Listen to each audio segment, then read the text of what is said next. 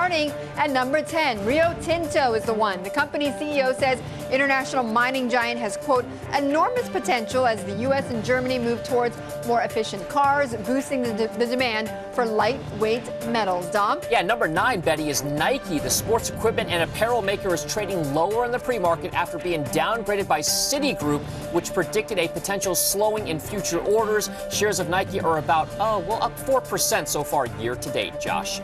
And number 8 is Pier 1 Import. Shares of the home furnishing company are trading higher after the company's quarterly earnings came in on target, and the retailer boosted its full-year earnings view. Betty. Okay, well, Sirius Radio is your 7th stock to watch. Shares of the satellite radio provider down in the pre-market as John Malone's Liberty Media battles other shareholders to get a majority stake in the company. As you just heard before, Sirius's CEO Mel Karmazin has said he might get ousted if that takeover is completed. And number 6 is Abercrombie & Fitch.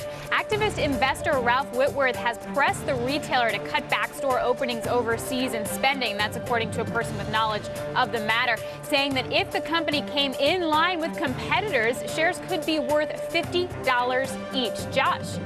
And number 5, not a stock, but treasuries. We're watching yields on U.S. debt lower today ahead of the Fed's announcement. Currently, 2/3 of analysts surveyed by Bloomberg expect an announcement for more quantitative easing today, Betty.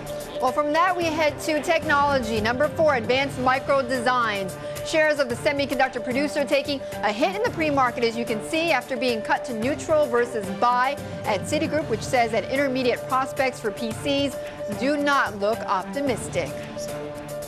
And number 3, Betty, is Apple. Shares of the iPhone maker are continuing to rise in the pre-market after the company debuted the newest version of its iPhone. The company's market value has increased by, get this, over 65% just so far this year. Alex. And speaking of phones, number 2 is AT&T. The largest U.S. phone company has reached a tentative agreement with the Communications Workers of America, which represents 40,000 of AT&T's employees, in a dispute over benefits. Betty.